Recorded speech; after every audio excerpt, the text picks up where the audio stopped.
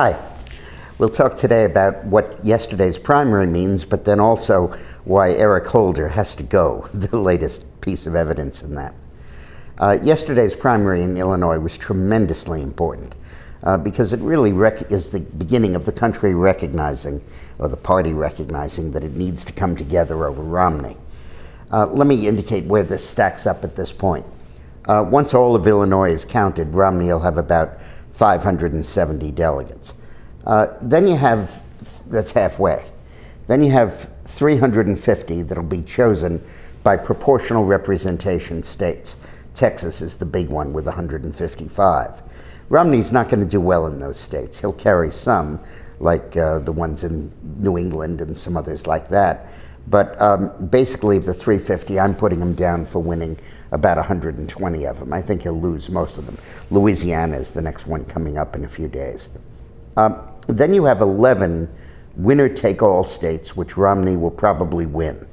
Those are D.C., Maryland, Delaware, New Jersey, New York, Connecticut, Rhode Island, and then on the West Coast, Utah, California, Montana, and South Dakota.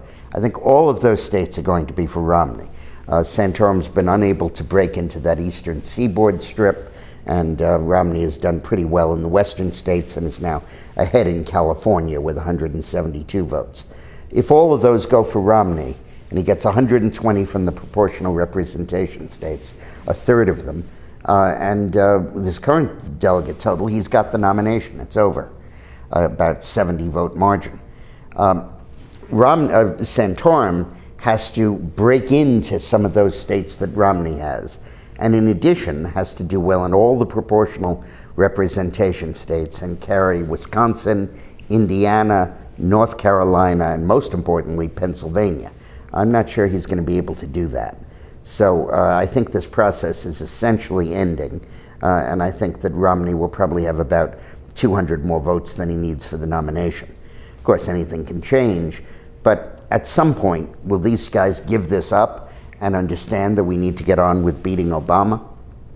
Now, the second thing we want to talk about is the most outrageous story to come out of this whole Fast and Furious scandal. It's unbelievable. There's a guy named Manuel Acanta who was a huge arms dealer, funneling arms to the Mexican cartels.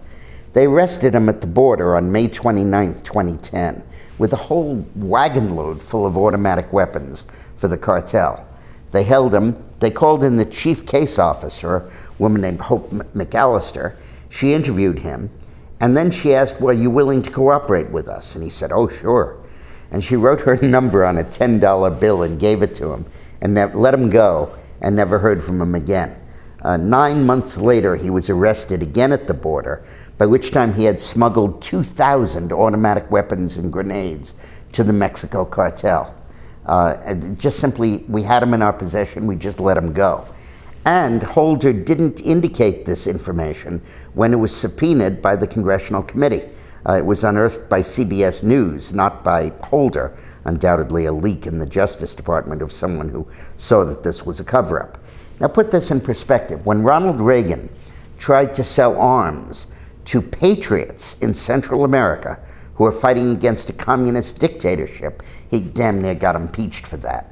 And here Holder is selling arms to the Mexican drug cartel to use in killing Americans and Mexican law enforcement officers, and there's no outrage. This guy should resign or be impeached. You'll find a petition on my website now to do that. Please sign it. Get all your friends to sign it. Circulate it. This guy is a travesty. Thanks very much for watching.